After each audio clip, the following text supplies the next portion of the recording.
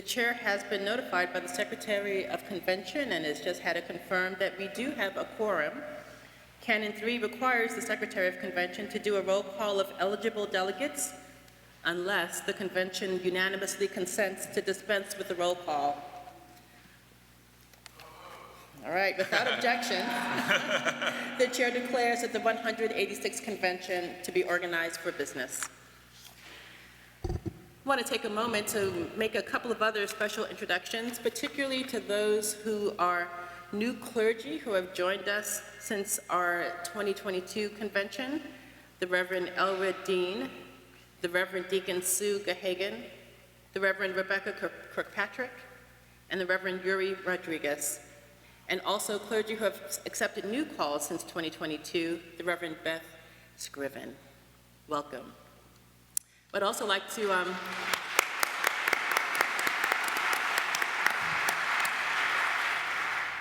we have some extra special guests as well coming from the Diocese of Northern Indiana, and it is a delight to welcome the Reverend Canon Ted Neidlinger and Ms. Stephanie Pulowski and Mr. Evan Doyle. If you are here, could you please stand so we can recognize you?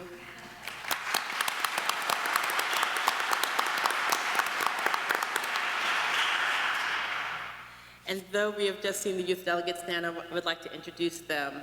From the Wabash neighborhood, Ezra Buzzard and Ann Thompson, who's alternate. From the Crossroads neighborhood, Vera McConnell. From the Edge neighborhood, Caitlin Alexander. And though they're not able to attend for an excused absence, we also want to recognize from the Confluence neighborhood, Benedict Zaire and Basil Zaire, who is an alternate from that neighborhood. Let's give them a round of applause.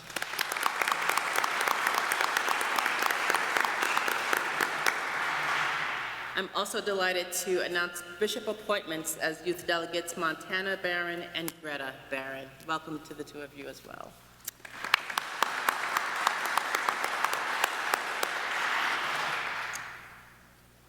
The chair recognizes the Assistant Chancellor of the Diocese, Mr. Todd Rellew.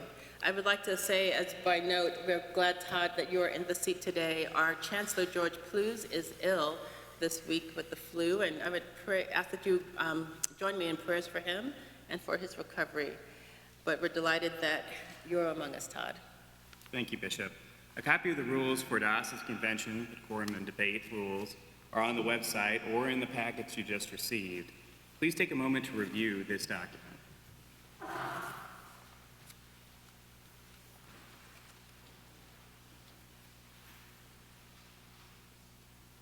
Any questions?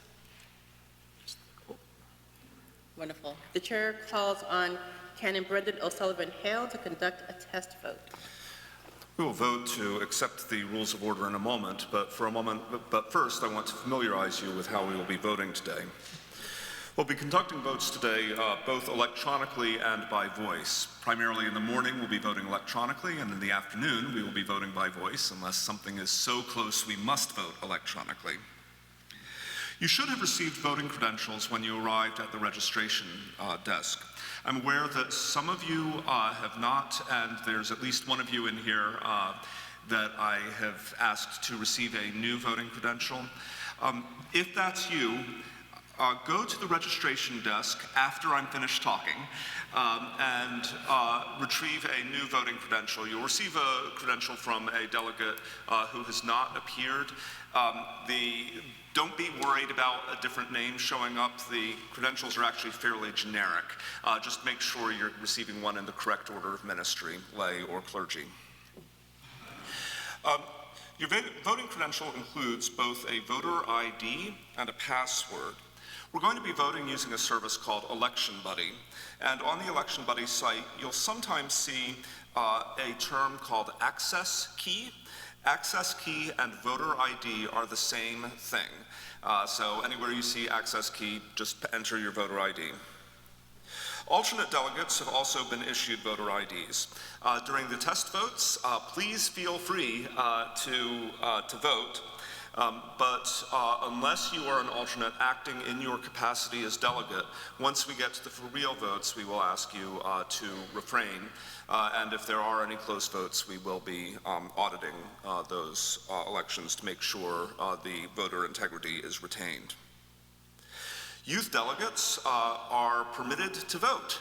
So there was a constitutional amendment a couple of years ago that provides youth delegates not only voice but vote, and we are delighted that you will be able to exercise this responsibility. I also note the presence of our affiliate congregation, The Table, which is under a unique status in the Episcopal Church as an affiliated congregation whose representation has voice at this convention, but does not have vote. We hope by the end of the day that will be changing. We are all relying on the Wi-Fi system here, so there's a few hundred of us in the room, and there's a possibility we might overwhelm the data. As a result of that, we will be keeping the vote open longer than you may have been accustomed to at previous conventions. Prior to convention, you should have received an email with a pre-convention test vote to allow you to get familiar with the system. The question was, what is the most useful historical document at the back of the Book of Common Prayer? And I reveal the results to you now.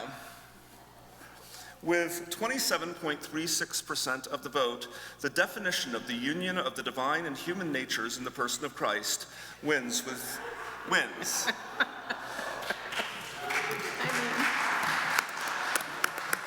That is closely followed by the preface to the first Book of Common Prayer, followed by the Articles of Religion, followed by the Chicago-Lambeth Quadrilateral, and I am alarmed by the lack of love for the Holy Trinity in the only 8 votes received by the Creed of St. Athanasius.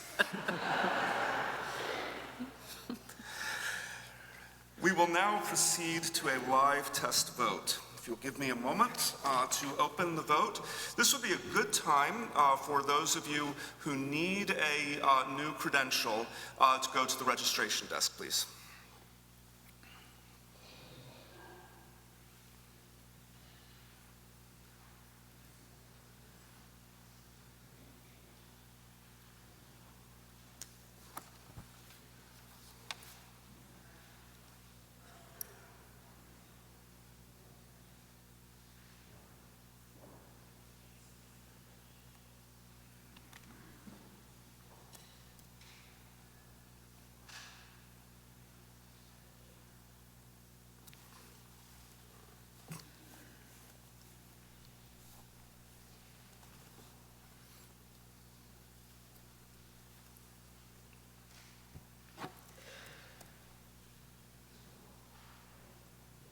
If you're not seeing the vote yet, that's okay. We're not quite open.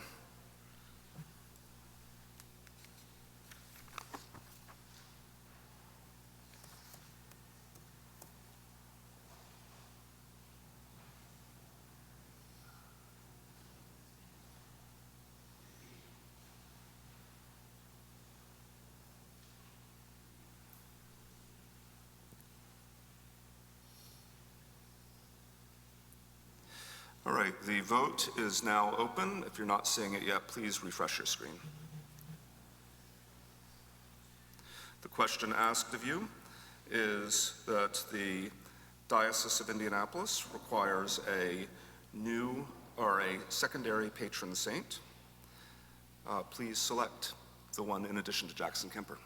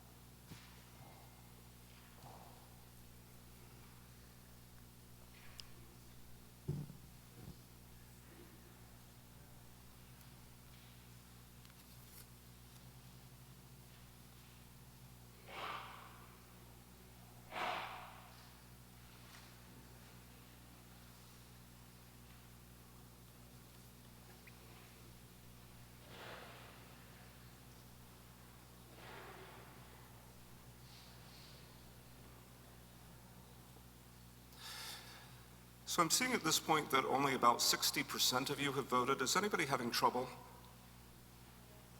Okay, I'll come down and see you if you are.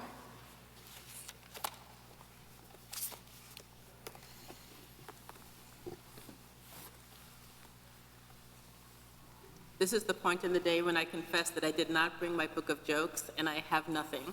So we're just going to be patient. I was so bad at jokes before. Bishop Kate actually sent me a book of jokes, but I forgot to bring it. I apologize.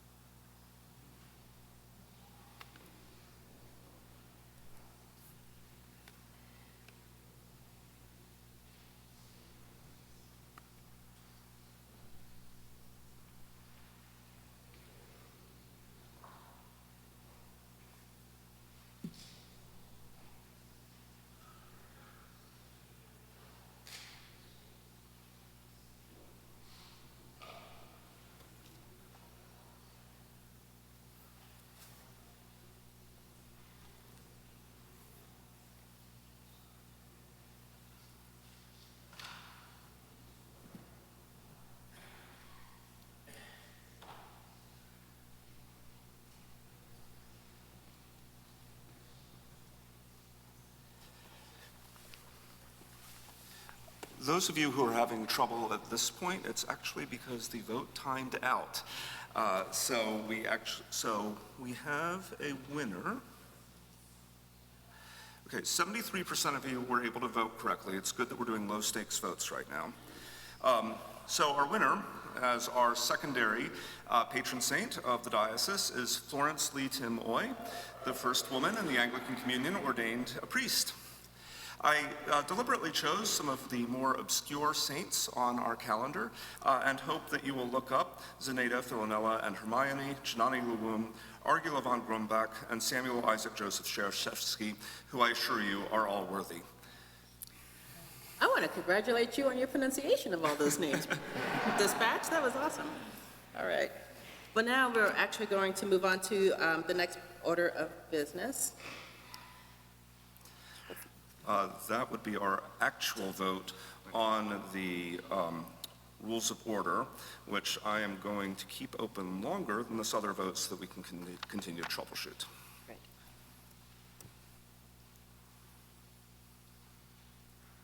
This is why we do test ballots.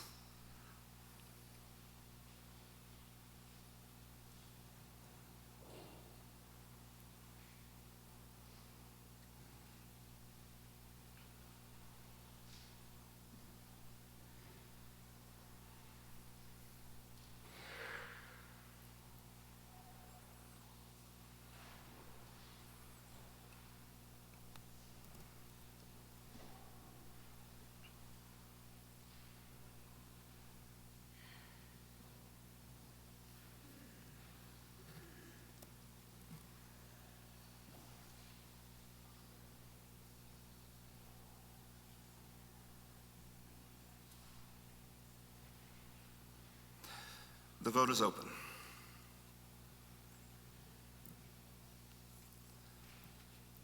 And if anybody is having trouble, please raise your hand and I'll come to you.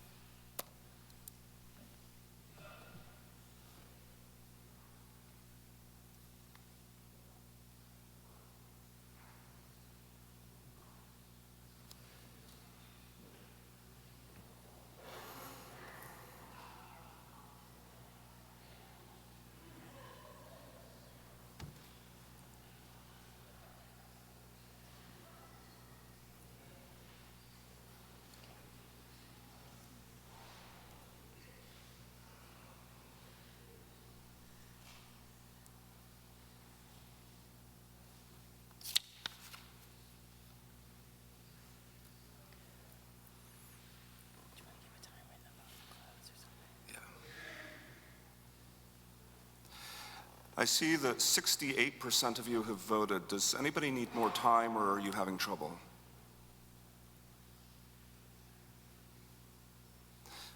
Be right there. If you're having trouble, could you please raise your hand? I'd like to see what the number of folks, okay.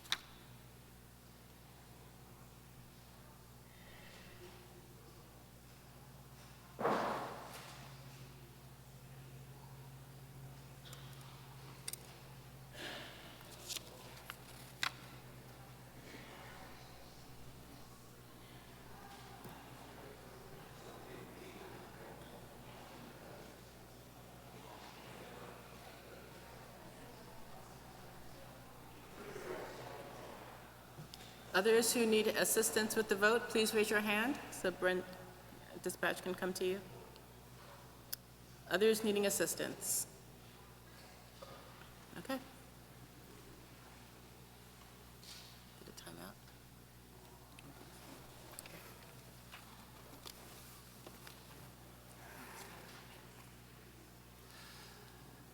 Okay, I'm showing 79% of votes in. Does anybody need more time?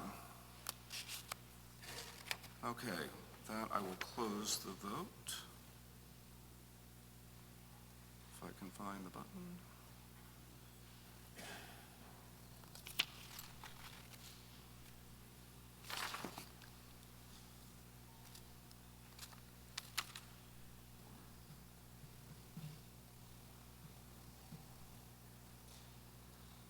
Okay, the vote is closed, and the rules of order are adopted. Thank you, everyone. We are in order. Our rules have been adopted. I think we will, which is a good thing, because we like to be able to have some order as we go through the day. We'll be conducting many of our votes by voice vote, but when it does count for us to do election buddy, perhaps in the interim, we'll have some troubleshooting time to make sure everyone who's eligible to vote can actually do so. A copy of the agenda and order of business is on the website and in your packet, and without objection, the order of business as specified in the convention schedule is adopted.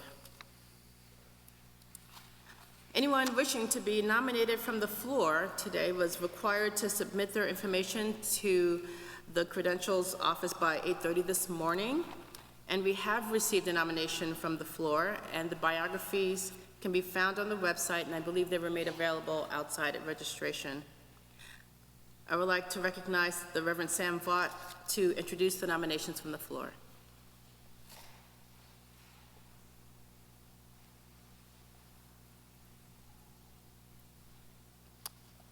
The Reverend Alan Rutherford, clergy for disciplinary board. Without objection, nominations are now closed. The chair recognizes dispatch of business for the next order of business. Next order of business is election of officers of convention from the Committee on Nominations. The chair recognizes the Reverend Sam Vaught for a report from the Committee on Nominations. On behalf of the Committee on Nominations, I move to nominate Mr. Sean Sullivan for the office of Secretary of the Diocese and Secretary of Convention, Dr. Laurel Cornell for the office of Treasurer, and Mr. Brett Roberts for the office of Registrar and Historiographer. The motion comes from the Committee for Nominations and does not require a second. Are there any other nominations? Without objection, nominations for the officers of convention are now closed, and we will proceed with the vote. Chair recognizes dispatch to conduct the vote. The vote is open.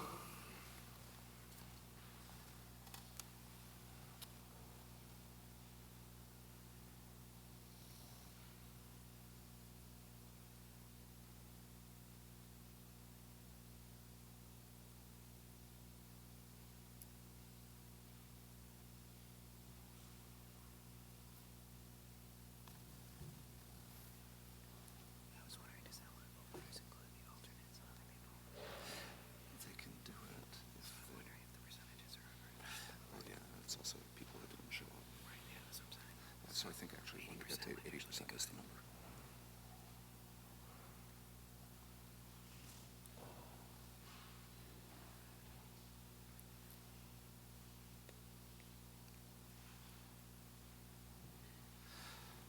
I see that 72% of you have voted. Does anybody need more time?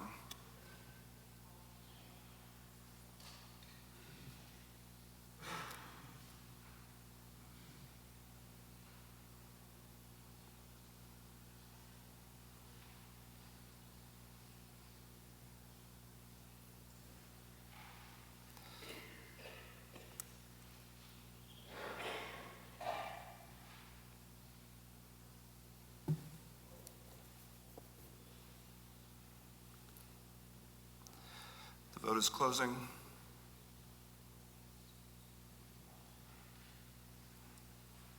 The vote is closed.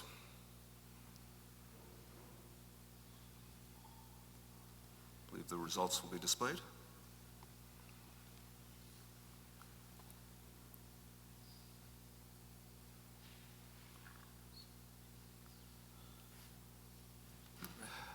We have an election in all three offices. Thank you, dispatch. Chair recognizes dispatch for the next order of business. Copies of the canonical amendments can be found on the diocesan website. Ordinarily, we would be dealing with canon amendments later in the day, but we will now consider the amendment to Canon 8, Section 1. We will consider the remaining amendments during the afternoon session. The chair calls on Todd Relu, Chair of the Constitution and Canons Committee, to speak to the amendment. Thank you, Bishop. The proposed amendment to Canon 8, Section 1 involves the Standing Committee of the Diocese. This amendment would permit service of more than one term on the Standing Committee. The amendment is particularly timely because the term of an individual appointed to serve on the Standing Committee as the Standing Committee's representative to the Unification Discernment Committee will expire this year. This is similar in my mind to a canon amendment that was adopted within the last few years for the vestries of each of our parishes to allow folks to serve for more than one term on vestry. And I would also note from my research that 4 of the 6 surrounding dioceses do allow for second terms on similar committees of those dioceses. Is there discussion? If you would like to speak to the amendment, I would ask you to approach one of the microphones at the front. I think actually they're both at the front. And so we're going to need to take a moment just to reconfigure things. There we go. I know. Microphone 1. I think the microphone is not live. Green. It's green? Okay. Can everybody hear? I can just turn around. Yeah, there we go. In the second paragraph, it refers to the bishop's cabinet. What is that? Dispatch? That is a portion of the canons that has not been operational for some time. The cabinet does not have formal authority, doesn't have formal canonical authority, but permits functioning as a sort of council of advice. So hypothetically, the bishop could appoint such a council of advice still in the canons, and so it's still there because the other piece of the canon is there. Okay, thanks. Is there any other discussion?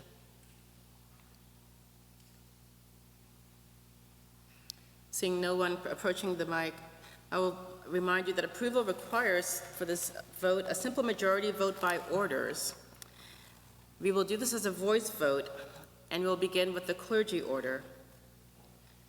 Clergy, all in favor of this amendment, please indicate by saying aye. Aye. Any opposed? Nay. Any abstentions? Say aye. Okay, the vote seems to carry in the clergy order. We'll now conduct the vote of the laity. Lay delegates will vote by voice as well. All in favor of the amendment signify by saying aye. Aye. Any opposed? Any abstentions? It seems that the vote carries in the lay order as well, and the amendment passes. The chair recognizes dispatch for the next order of business. The next order of business is the introduction of candidates for diocesan office. The chair recognizes Sam Vaught to continue the report from the nominations committee. The following candidates are standing for election to diocesan offices. Standing Committee Clergy, the Reverend Paul Jacobson. Standing Committee Lay, Mr. George Eastman, Miss Sue Murray. Disciplinary Board Clergy, the Reverend Alan Rutherford.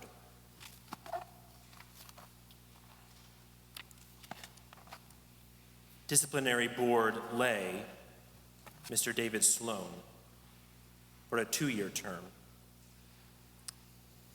Commission on Ministry Clergy, the Reverend Greg Baker, the Reverend Mary Slensky. Waycross Board, the Reverend Mary Bargle, the Reverend Jim Said. And for clarification, my apologies, Standing Committee Lay, Mr. George Eastman for a full term and Miss Sue Murray for a 2-year term. Thank you. The chair recognizes dispatch for the next order of business. The next order of business is the introduction of executive council members. Chair recognizes Sam Vaught to introduce the new neighborhood executive council members for 2024 to be confirmed at this convention. The following people have been elected by their neighborhood to serve on executive council. Due to staggered 3-year terms, not every neighborhood was required to elect representatives this year. The elections are subject to the confirmation by convention. Crossroads, Lay, Miss Sally Hardgrove from Trinity, Indianapolis.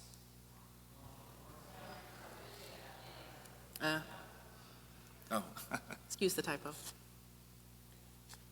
The Edge, Clergy, the Reverend T.J. Tetzlaff from St. Michael's, Noblesville. Riverbend, Clergy, the Reverend Dr. Jason Haddix from Trinity, Lawrenceburg. Wabash Clergy, the Reverend Jennifer Oldstone Moore from St. Andrew's, Greencastle. Thank you. The chair recognizes dispatch for the next order of business. The next order of business is the first ballot. We will now proceed to the first ballot, and the chair recognizes dispatch to conduct the vote. With any luck, this is our last electronic vote of the day. The vote is now open.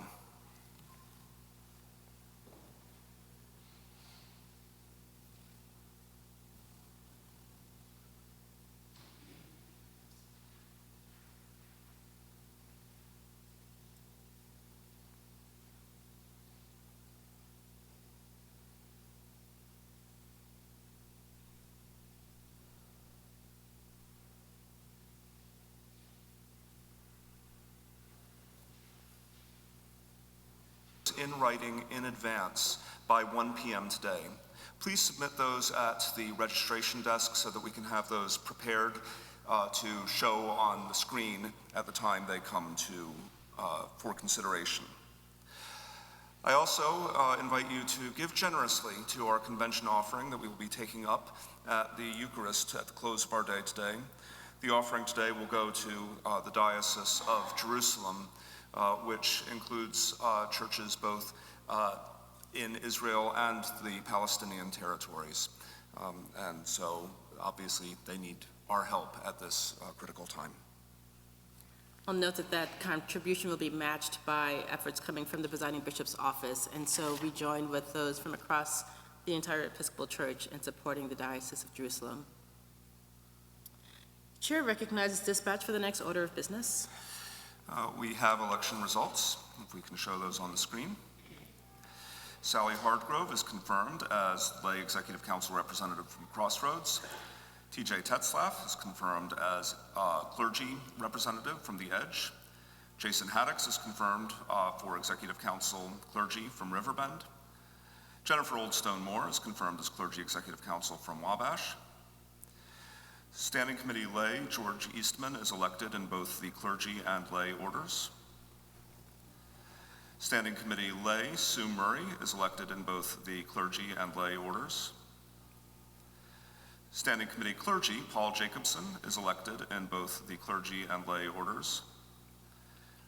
Commission on Ministry, wow, by one vote. Greg Baker is elected. Disciplinary Board, Alan Rutherford is elected in the clergy order. Disciplinary Board lay David Sloan is elected. And for the Waycross Board of Electives, Mary Bargiel and Jim Sedd are both elected. Thank you to all of those who have put themselves in nomination and those who have stood for office and offered their leadership. Election buddy is helpful when we have close votes, so I appreciate your patience as we've worked that out. So we will not need a second ballot. Before we bring out our keynote speaker, I would like us, I think this is a good time to take a bit of a break. And so we're going to take a standing break. There'll be a longer break a little bit later in our morning, but I'm going to invite you to stand and stretch, and before you do so, you have an assignment. I'd like you to turn and introduce yourself to someone who you may not know, and you have a question to ask. You'll have about 3 minutes, so give yourselves about a minute or so each to answer the following question. I want you to give your name, your congregation, and your favorite Thanksgiving side dish. Go.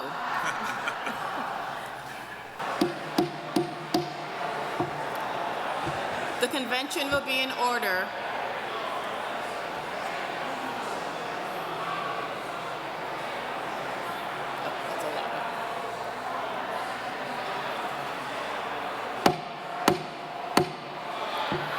The convention will be in order. That's a lot of Thanksgiving side dishes y'all were talking about.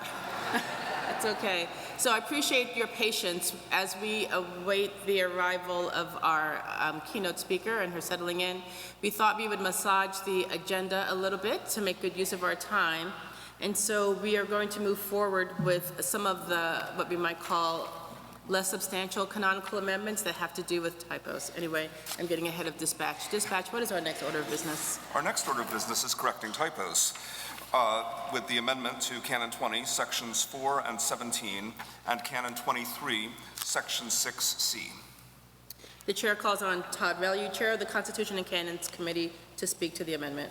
Thank you, Bishop. These may be less substantive amendments to the canons, but these are, I'm deeply appreciative of folks who focus on the canons and try to clean up old language and correct typos. Very important work. So what this does, what this proposed change does, is it removes duplicate language and corrects some typographical errors in Canon 20, Section 4.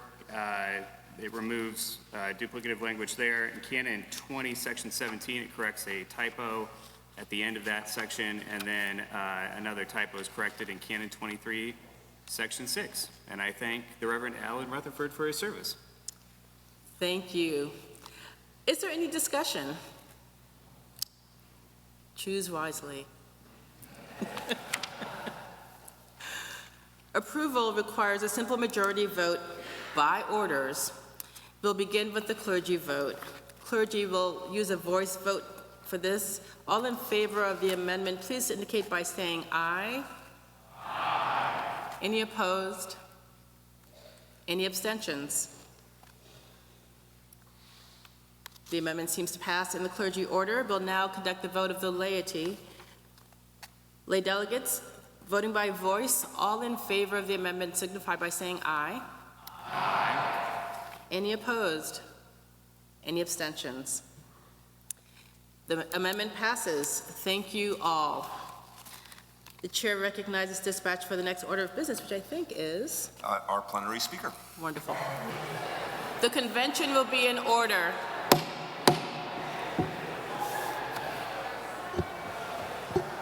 The chair recognizes dispatch for the next order of business. The next order of business is a report from the Racial Justice and Education Team. The chair recognizes the Reverend Shauna Tetzlaff to give the report.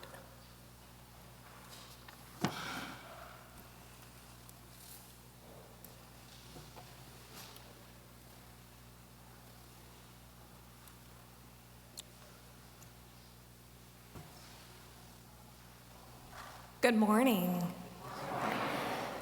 I'm Shauna Tetzlaff. I am the Associate Rector at St. Christopher's in Carmel and the current chairperson for the Diocesan Racial Justice and Education Team. Our submitted report describes the variety of ways we've partnered with congregations to provide education and learning events, not just for our Episcopal community, but also in partnership with community, working for the liberation of God's people, whether they sit in our pews or not. Much of our year this past year was spent collecting data on Resolution 2, passed at last year's convention, where we asked all of our parishes to share, where are you honestly in the work of racial justice in a state that has a long racial history, beginning with the Trail of Tears, the institution of slavery, the birthplace and highest enrollment in the Ku Klux Klan, undocumented agricultural labor, and many other forms of racial discrimination that continue today and impact the lives of people who do sit in our pews here today, who are part of our body of Christ. Yesterday, after Cole Arthur Riley spoke about liberation as belonging, as an attunement to our true self, experiencing being beloved, my wise colleague Yuri Rodriguez asked if that excavation for our true self as individuals could also be applied to an institution. And so that resolution and the collection of data is the first step in asking this diocese to do such an interior excavation of our collective experiences. Do we see, hear, and acknowledge the stories of those in our own midst who still today do not feel they belong? This is the work that the Racial Justice and Education Team seeks to lift up for intentional and ongoing conversation in our diocese. And so if you have made a commitment to engaging racial justice in some way as a result of this resolution, we hope that you will connect with us, that we can help connect that work and commitment and provide meaningful events to share the good news of God in your stories. So we would love to partner with you, and I'm going to ask members of our Racial Justice and Education Team to please stand. And if you connect with one of us, either in this convention or following, our contact information is available on our diocesan website. Thank you. Thank you, Shauna.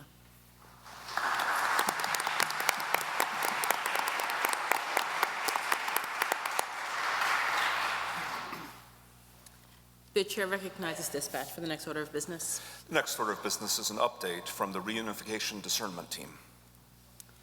The chair recognizes our members of the Reunification Discernment Team, including the Reverend Canon Ted Neidlinger, Ms. Catherine Tyler Scott, and Ms. Stephanie Pulowski to offer their report. I'll also note we have other members of the Reunification Team present and would ask those of you coming forward to introduce them if you would. Welcome.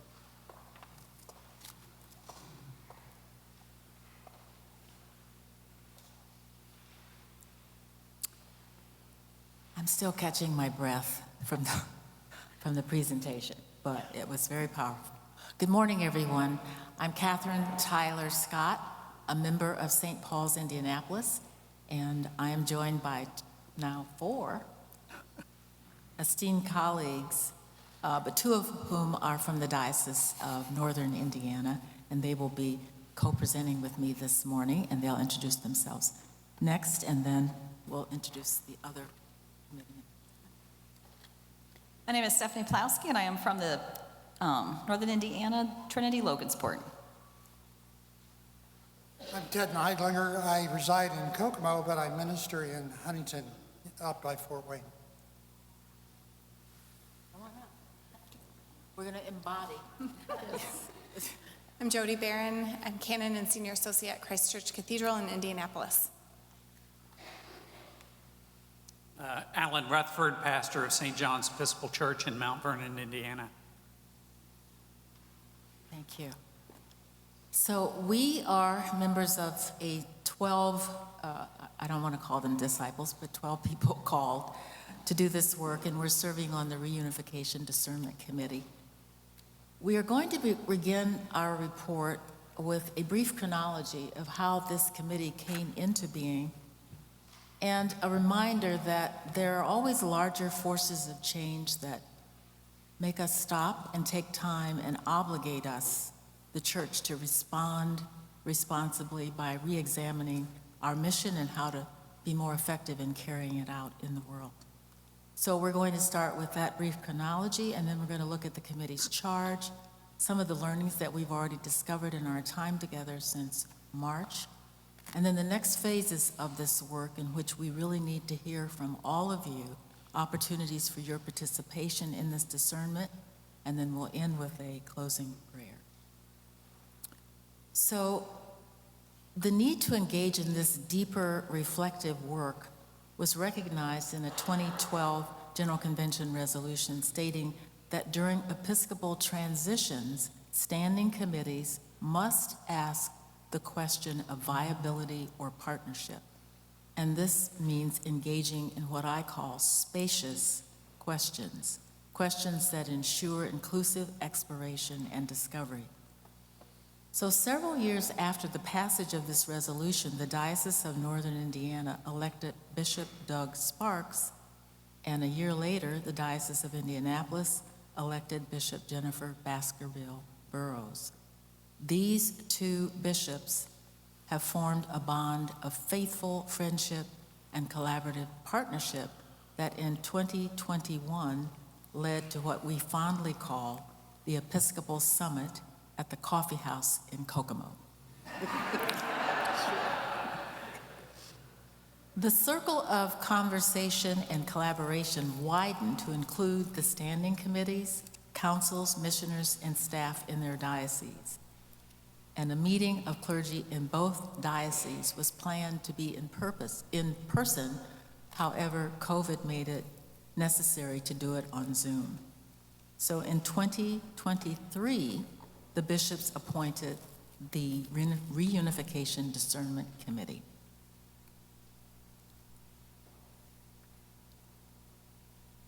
Here, all of us are. I won't go by name, Bishop. Okay. Our lovely smiling faces. And these are the names listed under each diocese, so you can get a chance to see who is representing the Standing Committee, Executive Councils, and at-large membership. So, why is unification actually being considered? And I think this conversation started long before the Coffee House Summit, but there were questions that were raised by both bishops that we still are discerning and struggling with today in the committee. They reverberate in all of our work. And the first one is, what is God's call to us, to the Episcopal Church in Indiana in this time? What is it that we're called to be and to do? Another question is, how can we maximize the many gifts that all of us have to make a really important impact in the state and beyond? And then the third one is, how can we be beacons of light of Christ in the world? To me, these are questions of calling, stewardship, and identity. What opportunities will emanate from our commonly held values and beliefs, which I would say is shared discipleship? We have so much in common, more in common than we have in differences. So in our discernment process, we have learned from documented, remembered, and experienced history, and we have uncovered myths that we have been addressing, and we're going to share some of those with you now. Oh, well, this is a done deal. They've already figured out what they need to do, and they're just going to go along with that. The fact is that this is a very slow-paced, prayerful process of discernment with at least 3 possible outcomes. One is that we can remain as we currently are. We can also have shared ministry and resources. And of course, a third option is that we can become one diocese, which, by the way, we were in 1838 until we separated in 1899. So what is our charge? The standing committees and councils of each diocese have approved a period of intentional exploration of the possible reunification as one diocese. So we have been examining multiple areas of diocesan life. If you read your reports in the packets that you've been given, you will be given far more detail.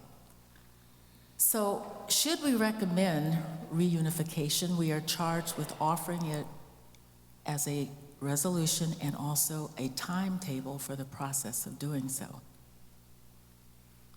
So another myth is this is a takeover by Indianapolis. And accompanying that is this is desperation by Northern Indiana. Now, the only thing I've heard in terms of a takeover by the Diocese of Indianapolis is taking over more parking spaces downtown on the Circle. So, in terms of the Diocese of Northern Indiana, it is in sound financial shape. They have just completed a successful plan-giving campaign, and last week, their convention voted to reduce parochial assessments from 15% to 14% for the next 5 years while maintaining a balanced budget.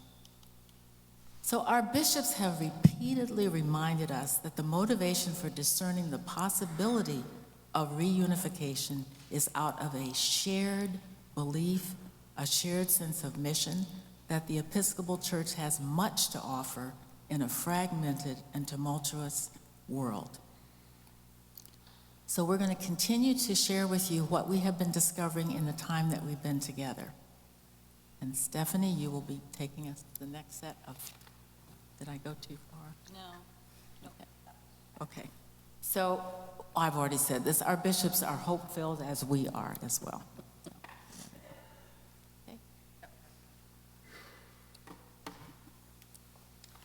So the next myth is that we would be way too big. We're already 2 dioceses. We would be, as a reunified diocese, too big. Will we be too big for effective care and ministry? And as a unified diocese, we would not even be among the top 20 largest dioceses in the Episcopal Church. And here are a few examples of dioceses that either have more parishes than us or even just more geographical land than we do. So we would still not even be in the top 25% of Episcopal dioceses if we were unified. The next myth for size is that all the parishes in Indianapolis are very large. And as a person from Northern Indiana, we'd say, yeah. But I guess that's not true, because with the exception of the 4 large dioceses in Indianapolis, or 4 parishes in Indianapolis that have well over 100 of ASA, we're actually remarkably, our ASA for both churches, or both parishes, no, once again, dioceses, we're getting bigger, are just remarkably the same. So for Indiana and Indy, Northern Indiana and Indy, we have pretty much proportionally the same amount if you pull out our big 4 here. So we have 11 13 in northern Indiana and 1784 in Indianapolis. One of the things we do have to remember is that there is a decline in the ASA for both dioceses, not parishes. This slide has a lot of graphs and stuff, but really what we want to look at is the right-hand side. If we pull out our big four in Indianapolis, the Diocese of Northern Indiana, our average is 35 people on a Sunday. And in Indianapolis, it is 41. And for the Episcopal Church overall, it's 35. So if you look at it, we are very similar in parish size, you know, within Indiana and within the national church.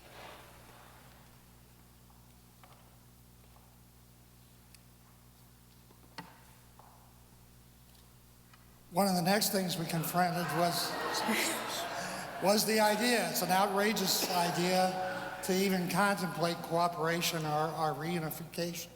That's just not what Episcopalians do. Dioceses stand alone and take care of their own, right? What we found out, though, is there's a long history of such conversations in dioceses throughout the national church. Going back as far as 1944, there was unification in Minnesota when Duluth and the Diocese of Minnesota reunified. A decade ago, Chicago and Quincy came back together. And since that time, that trend has continued in Texas. Conversations are currently ongoing in a number of places. Probably many of you are aware of the conversations amongst the three dioceses in Wisconsin. Eastern Michigan and Western Michigan have been in conversation for a long time, right, Jody? And Northeast Pennsylvania, Western New York, they actually are sharing a bishop while they carry out their investigation.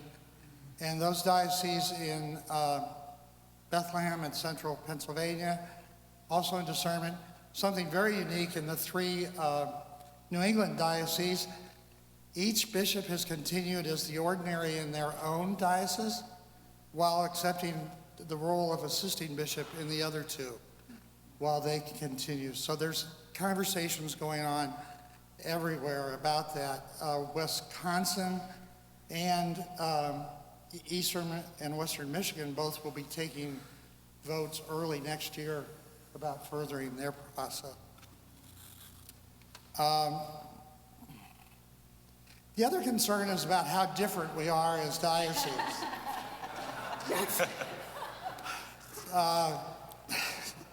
Northern Indiana has a well-deserved reputation as having at one time been one of the bastions of high church Anglo Catholicism and known as part of the Beretta Belt. An interesting thing is last week at our convention, when this was presented,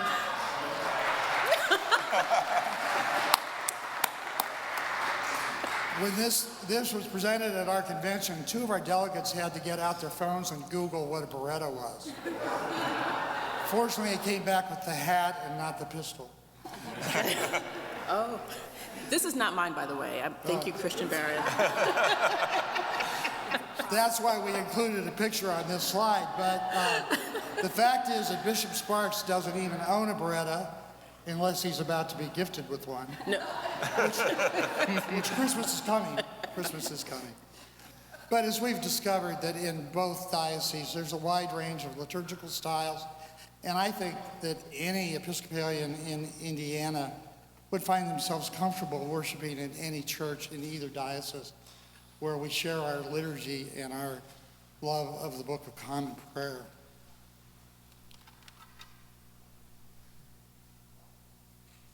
The other myth is that the constitutions and canons are already just alike, so there's no problem there, although nobody's really bothered to read them.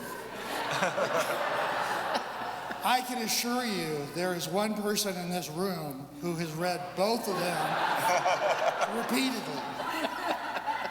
Reverend Alan Rutherford has read them, I don't know how many times, and as Canon Jody expressed at our convention last week, he has developed a remarkable document where he has laid out the information from both of them side by side, She likened it to one of those gospel books with the 4 gospels comparison. I think a better comparison would be one of those interlinear Hebrew texts where you have the Hebrew, the Greek, and the English. Because believe me, there's hard to understand as Greek and It's all Greek to me. and Greek. But we do have a wonderful foundation there to look at what it would take, perhaps, to produce governing documents that would serve both dioceses, either in a cooperative sense or if we were to go all the way to reunification. So work is underway. There's a lot of work that's still going to need to be done, and we're just starting to understand how complex it's going to be. Yeah. Well, you can tell that we have very serious work that we're doing, but we have a lot of fun too at the same time. Let me advance the next slide. That was yours, but it's, okay. You did a good job of explaining that. So the committee's responsibility really is to discern and to recommend. And should the process lead toward reunification, both the dioceses must approve what is called an agreement of union. So this myth that we, the bishops and the committee, will decide on reunification is clearly not true. There will certainly be a lot of opportunity for input from everyone in the diocese. We only make recommendations, and if this process moves forward, we will be able to make the recommendation that will be considered by both conventions in each diocese. We certainly want to hear from you, and we have an opportunity to do that through what we're calling a series of listening sessions, and these will be conducted during the season of Epiphany. It seems very appropriate to do that. And the dates for registration will be posted soon. We do want to hear, though, from 2 other members of our committee, and they're the bishops of both of our dioceses. And so we'll hear from them right now in a video.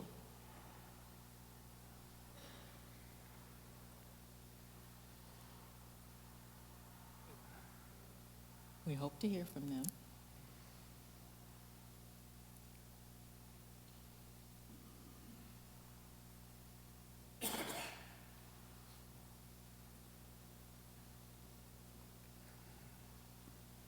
In the meantime, make sure that you stay in your bodies.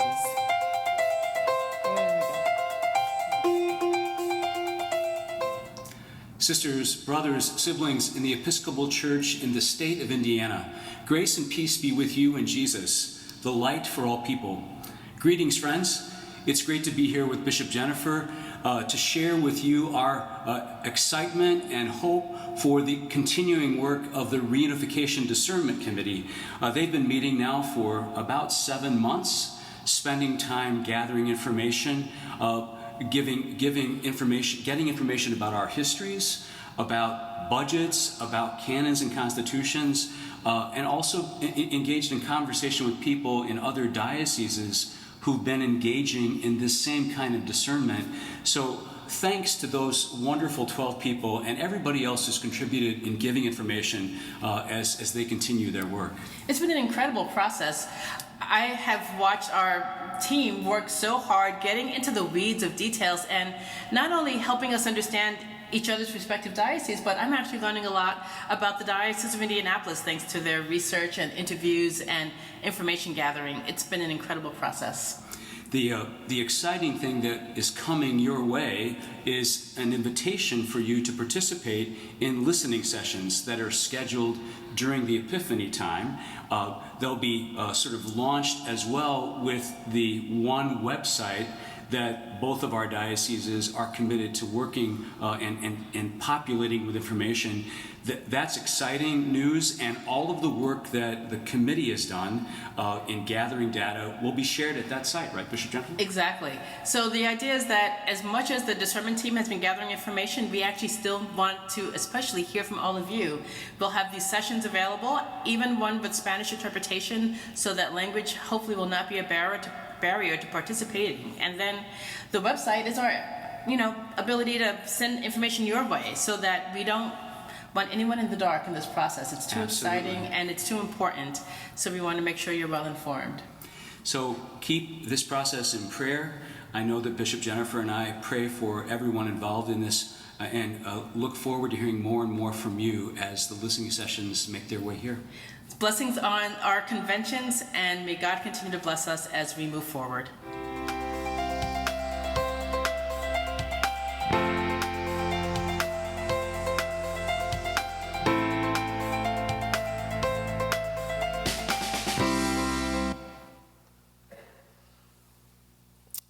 So, as you can see, the circles of conversation and collaboration and discernment will continue to widen.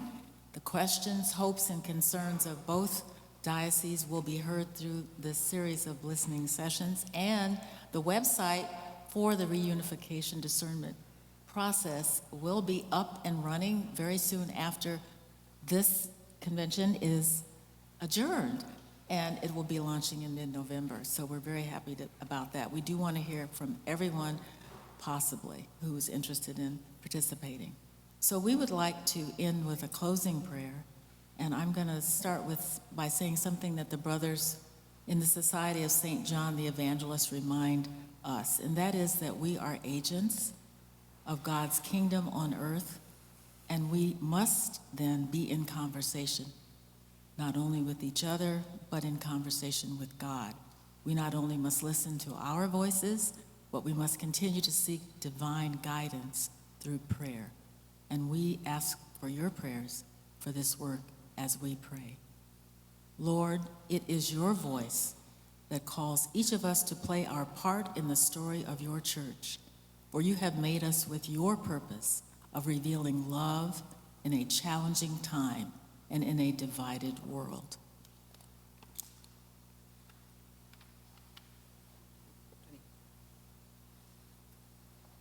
Enlighten our hearts to know what things we ought to do. Enlighten our minds to know what things we need to leave behind. Enlighten our spirits to embrace a future none but you know. Give us peace, give us courage, give us hope, and give us perseverance to take the steps necessary to continue to follow your lead. Amen. Amen. Thank you so much for your work. And for those who are not here present, please convey our deep gratitude for the work of the entire committee. Thank you.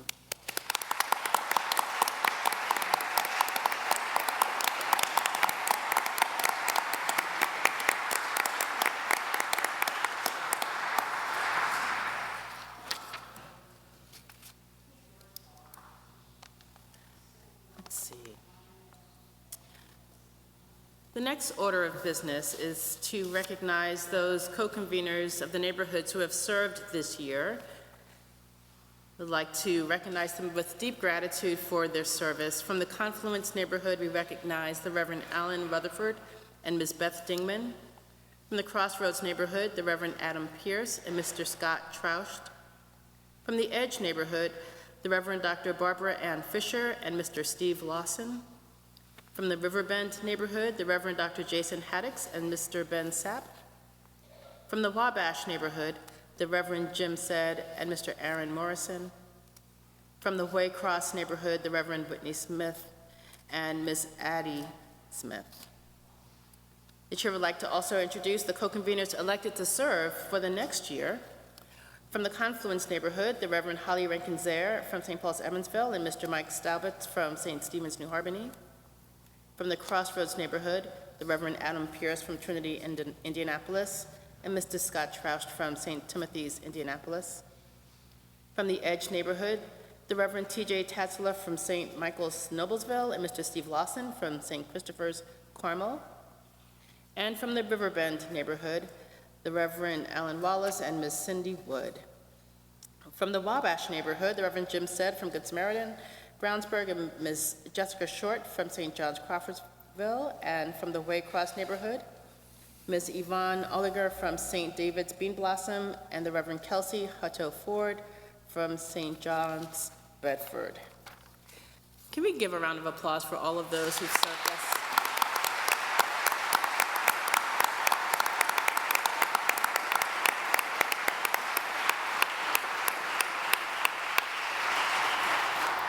The chair recognizes dispatch for announcements. We will soon, but not yet, break for lunch. At that time, boxed lunches will be available in the parish hall located across the courtyard. There are various options to choose from, and everything is labeled, so choose whatever appeals to you. The service of Holy Eucharist, including the bishop's address, will begin at the conclusion of business today. So that is not a time certain, so if the convention conducts its business with alacrity, it will occur at an earlier time. Therefore, if you are planning to leave the convention for a while and come back for Eucharist, I advise you to find a friend who will text you as the business is winding down so that you can make it back in time. The Standing Committee will meet in the narthex for 15 minutes at 12:40. That's all. Wonderful. We will now prepare for noonday prayer. I'll ask the Reverend Karen Spaccarelli and the musicians from the table to please prepare. All right, everyone.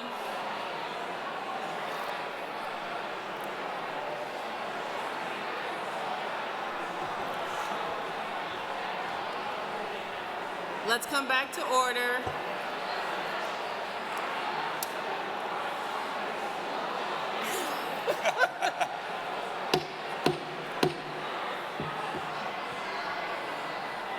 Let's come back to order.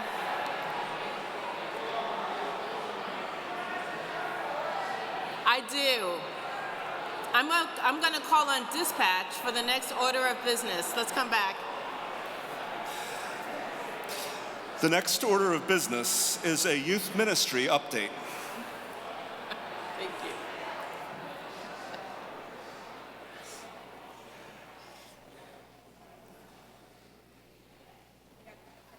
Yeah.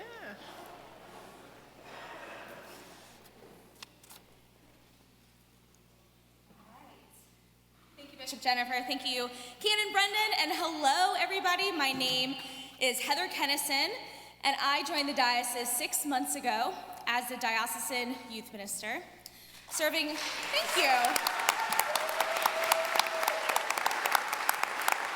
Thank you.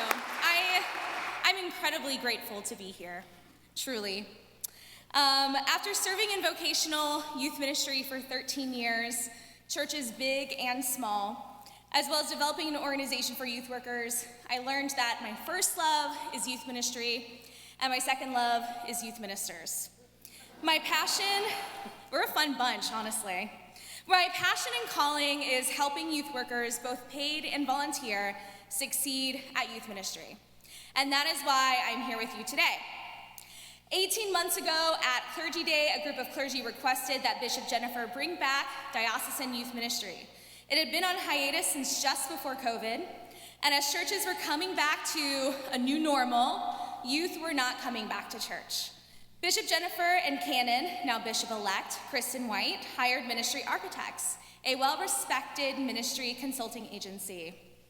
The contract with ministry architects would include a few things: conducting interviews and listening sessions, resulting in a full report on the status and history of diocesan youth ministry, which was reviewed at 2022 convention, hiring a diocesan youth minister, completed in May of this year, glad to be here, creating a youth ministry renovation team, one of their many tasks being conducting a census with each congregation. This was completed in September of this year, 2023. And last, inviting youth leaders, clergy, and other parishioners from around the diocese to a youth ministry vision summit, where over 40 people contributed to the new DNA and vision of diocesan youth ministry. This happened 2 weeks ago, October of 2023. In your swag bags is a brochure that describes the mission and vision for the diocesan youth ministry. Before we dig into this, I want to state one important distinction about my role. So in the past, diocesan youth ministry was mostly about gathering youth together for diocesan-wide youth events. And while this certainly is a part of our future of diocesan youth ministry, my role has shifted to being more about helping congregations succeed at youth ministry, whatever it looks like in your church. If you have one youth, you have youth ministry. It doesn't have to look like a neighboring church's youth ministry or an iteration of youth ministry that your church had in the past. And our vision reflects how we want to help your congregation embrace youth ministry, no matter if you have one youth or 40. So our new mission statement for diocesan youth ministry is this: the youth ministry of the Episcopal Diocese of Indianapolis equips congregations, leaders, and caregivers to welcome, nurture, and celebrate youth, and to provide safe, inclusive communities who seek justice, foster belonging, and form lifelong Christian disciples. We came up with 5 values for diocesan youth ministry: Christ-centered love, radical inclusivity, my favorite, fun, lifelong faith, and outward focus. We developed 6 5-year goals. A full description of these goals, including flexible benchmarks, is located on our Diocesan Youth Ministry webpage, which you can access via the QR code on your brochure or by going to indiedio.org/youth. One of the things that we talked about at the Vision Summit is that in our diocese, to my knowledge, through the census, there's not a single full-time paid youth minister serving in a congregation. So what this means is that whatever we came up with had to be practical, help congregations win, and should feel like a burden is lifted, not added. This is why these are 5-year goals and not 1-year goals. Some of these are going to take some time, and that's okay. This is a picture of what we hope to have accomplished in 5 years. Our first goal is youth faith formation, creating a collection of faith formation resources that are accessible and created with all sizes of congregations in mind. This collection would get regularly updated, especially as relevant topics emerge. The second, and I've heard this is widely requested, youth confirmation. A diocesan-wide confirmation preparation process will be in place. The goal is to get this developed and have the first offering next fall. Youth organization partnerships. Our hope is that each congregation would develop or strengthen a relationship with at least one youth-serving organization in their community that aligns with our diocesan values of diversity, equity, and inclusion. Our thought behind this goal is that regardless of if you have youth in your congregation or not, that opening up your church and volunteering with an organization in return for the education that they will provide you on young people would have a positive impact on your church. If your church doesn't have youth, maybe this is your form of youth ministry. Perhaps the youth in this organization would even consider your church as a safe place to worship. But if nothing else, you get to have an awareness of youth issues as well as a relationship with young people. Our next goal is youth leader formation, a youth leader development program currently called Youth Ministry University is launched to train and equip parishioners, staff, and volunteers with the theological and practical tools to increase competence, capability, and confidence for facilitating parish-based youth ministry. Our goal is to start the first cohort next fall, and that in 5 years, Youth Ministry University would be available to the greater Episcopal Church. Every time I say that, I get chills. The next one is youth ministry investment. In 5 years, we will have raised and put into place a $10 million endowment to fund and support the missions and goals of youth ministry in our diocese. This endowment helps youth participate in diocesan and congregational activities, funds micro-grants for youth and congregations as they begin new youth-led initiatives, and gives us room to try out-of-the-box ideas. And our sixth and final goal is the Christian Parenting and Caregivers Lilly Grant. This spring, we were awarded a $1.2 million grant by Lilly Endowment to understand the challenges that caregivers face in discipling their children and develop resources to help them. It is our belief that equipping parents could resolve the greater issue of the lack of youth involvement in congregations. This grant was submitted and is led by Dr. Brian Steensland, a psychologist and professor, but more importantly, a youth leader at Trinity, Indianapolis. Starting in February, Brian and his team of postdoctorate researchers hired specifically for the work of this grant will begin interviewing parents around the diocese. So you might be wondering, what are the next steps? So our contract with Ministry Architects is through the spring. Our youth ministry renovation team is now expanding and inviting new members. I'm looking for leaders, both clergy and lay, who are energized by the different goals that we have listed. We will develop a team for each of the goals and begin mapping out our next steps. We have 2 goals with benchmarks for the start of the next academic year: Confirmation and Youth Ministry University. Youth Ministry Architects will focus all of its efforts the next few months on helping us develop and launch Diocesan Confirmation. And we'll have a confirmation development retreat in February for those interested in helping us create this. And then I will focus on creating Youth Ministry University with the team, of course, launching our first cohort in the fall. Most of the other goals will have benchmarks that get set and adapt as we create teams around them. And our youth organization partnerships goal will have more information that's released next convention. So there's no immediate action needed there.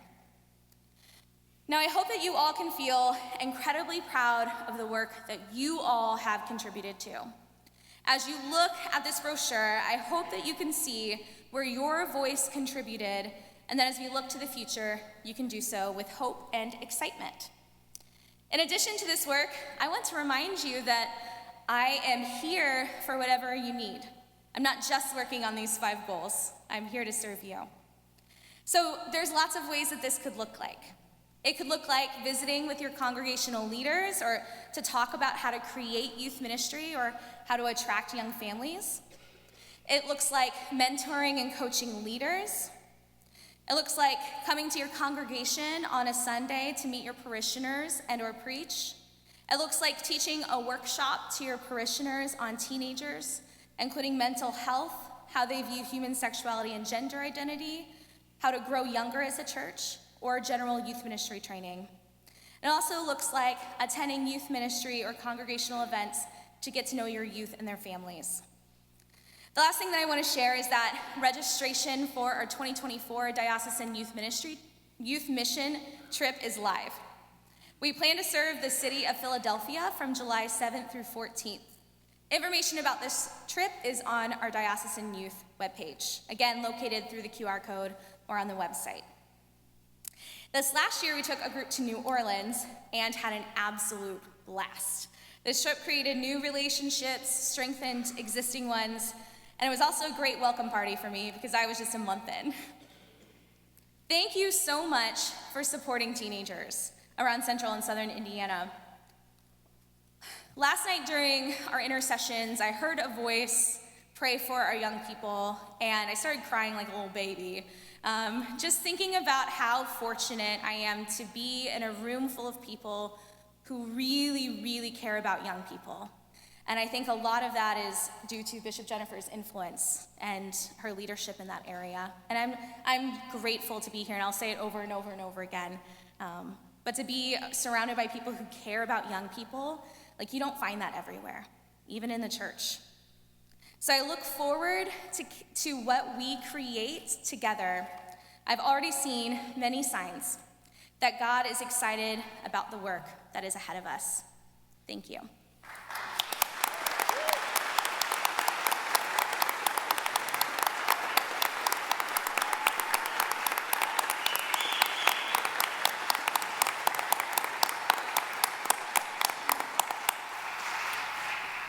chair recognizes dispatch for the next order of business. The matter before convention is a procedural vote to allow consideration of resolution number 1 to receive the table Indianapolis as a mission congregation. The resolution was received after the filing deadline, which means that it must be treated as a resolution from the floor. That means that before we can begin discussing the resolution, the convention must agree to permit the discussion. So as a reminder, to reiterate, we are voting to allow debate on the resolution, not voting on the resolution itself. So without objection, we proceed to the vote to permit this resolution to be considered. It is a simple majority vote, and we'll vote by voice. All in favor of allowing Resolution 1 to be considered by this convention, please indicate by saying aye. Aye. Any opposed? Any abstentions? Wonderful. Resolution 1 is now on the floor. The chair will recognize the Reverend Karis Beccarelli to speak to the resolution.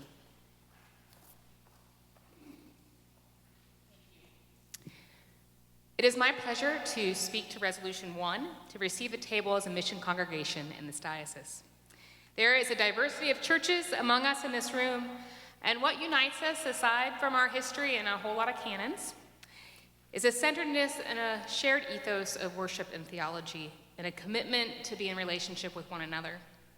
Today we have the opportunity to welcome another congregation into this relationship. The table was not planted with an Episcopal brand of seeds, shall we say, but it grew in this direction. 4 years ago, I first came across the table and their leaders, and as I came to know them more, I sensed what we share. Certainly lots of differences, but not outside the range of the breadth of the Episcopal Church.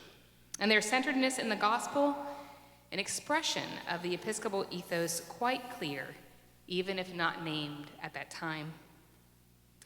Early in their exploration of coming into our diocese, I asked one of their priests, why not just be an independent church who does your own thing? And he responded, because we believe that being in relationship with other churches is part of what a church is. And we don't want to do this alone. We aren't doing this alone. And today we have the opportunity to welcome another partner in ministry. And I am confident that their presence with us will strengthen the Episcopal expression of the Christian faith here in Indiana. So I recommend this resolution to receive the table as a mission congregation. Thank you. The resolution is on the floor. Is there any discussion?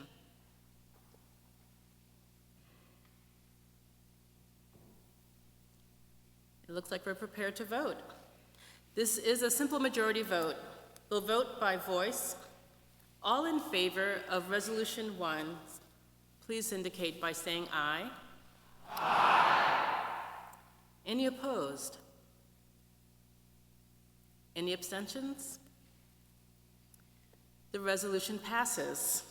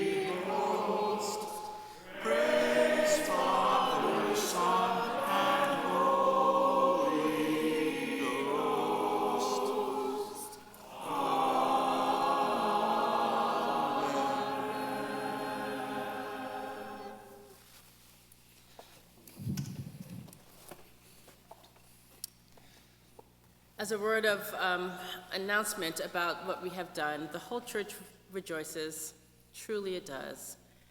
we'll have an opportunity to, if things continue process-wise, to receive the orders of Matt Tebby, Ben Sternke, and Spencer Ruach, if you would please stand, to receive their orders at an ordination of Corey Irwin as transitional deacon on December 16th at Christ Church Cathedral. And then it will be my joy to be with the table congregation on December 17th to celebrate their reception as a member of the Episcopal Church. Welcome, and we love you. We're so glad you're among us.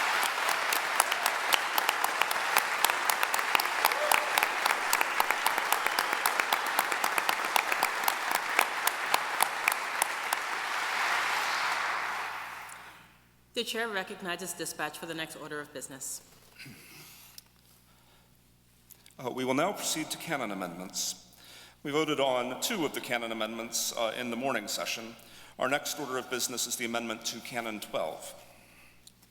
The chair calls on Todd Relu, Chair of the Constitution and Canons Committee, to speak to the amendment. Thank you, Bishop. So this is a proposed amendment to Canon 12. What it does is it eliminates a reference to a committee on the church pension fund, which has not been operational since 2005, so we did catch it within 20 years. It's a good job. It also clarifies the scope of responsibility for the Personnel Policy and Compensation Committee, which is mentioned in the canon, but the scope of what its responsibility is not really covered. So the additional language now provides that it has a responsibility for monitoring compliance with pension fund policies, and that is its oversight function. Thank you. Is there discussion? The chair recognizes Julia Whitworth. Thank you, Bishop. At a far less momentous moment, I want to bring up a concern that was raised by the Committee on Canons and Constitutions, that there is a minimum number expressed in Section 2, but not a maximum number. And it is the feeling of that committee that in the unlikely event of a rush on voluntarism on this committee, it might be prudent to amend the amendment to a maximum as seen on the screen. So I move to amend the amendment so that the language of not more than 6 persons in total might be included. Thank you. That amendment has been offered. Is there a second? Great. It is in order. Is there any discussion on the amendment, to the amendment? Okay, then we will continue with voting for the amendment to the amendments. It's a simple majority vote. All those in favor, do we have to do this by orders? We don't have to do the amendment to the amendment by orders. Great, thank you. That'll save us a minute. All those in favor of the amendment to the amendment signify by saying aye. Aye. Any opposed? Any abstentions? Wonderful. So the amended amendment is now on the floor. Is there any further discussion on this amended amendment? Hearing none, I think we're prepared to vote by orders. We'll begin with the clergy vote. Clergy voting by voice. All those in favor signify by saying aye. Aye. Any opposed? Any abstentions? It passes in the clergy order. Laity, voice vote also. If you are in favor of this amendment to the amendment, signify by saying aye. Aye. Any opposed? Any abstentions? The amended amendment passes. Thank you. The chair recognizes dispatch for the next order of business. Our next order of business is the amendment to Canon 4, Section 6.